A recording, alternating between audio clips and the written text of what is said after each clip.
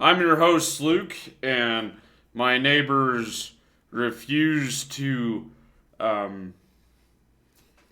keep their kids down because I live in a condominium complex.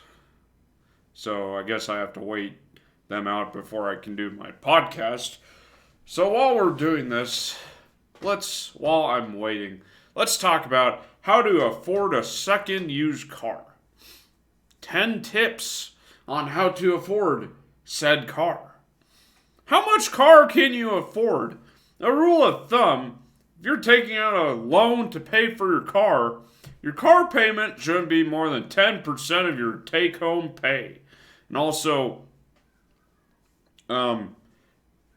just for those people looking to learn a lesson from a video like this, I bought my car for 10 grand. It was a certified pre-owned 2017 and still has problems. And I bought the gap protection. Do not buy the gap protection. That is like the biggest scam out there. Like, next time I will refuse to sign the contract if they say, oh, you have to buy a gap protection. Thank you, AutoNation Ford. You screwed me out of 3 grand.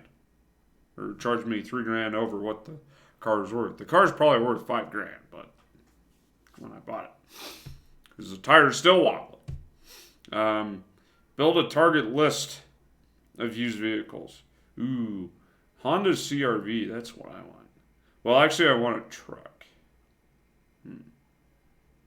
Well, anyways.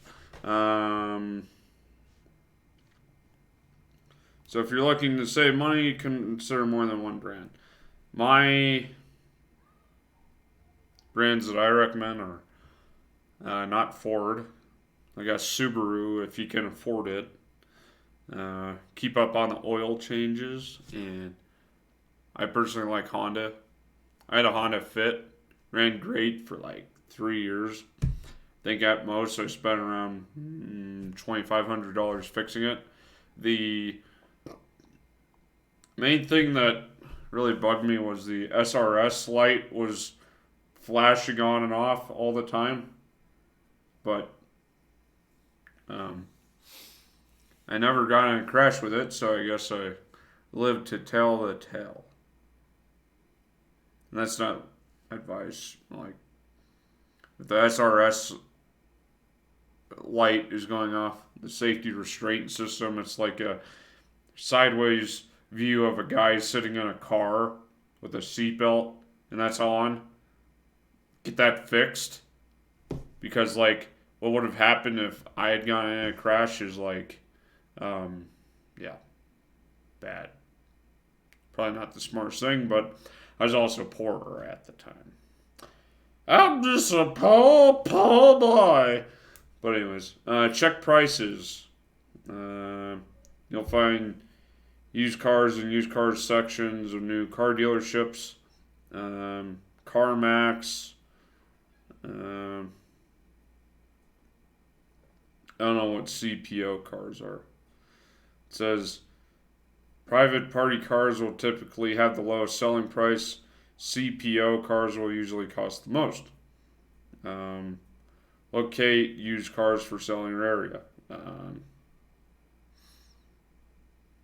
Facebook Marketplace, Craigslist, I guess if you trust it. I don't really like CarMax, and I really don't like AutoNation Ford. Look for Hondas. I'm looking for a truck. Check the vehicle history report. Show me the Carfax. Show me the Carfax. Remember those commercials? Oh, they're so annoying. Contact the seller.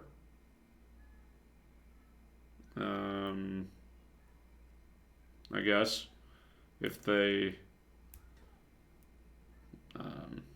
are willing to answer your summons.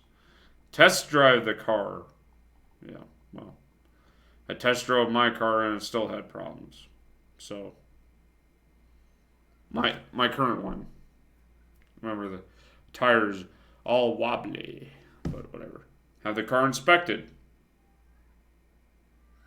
A pre-purchase inspection costs $100 to $200 and can alert you to problems you may not find yourself.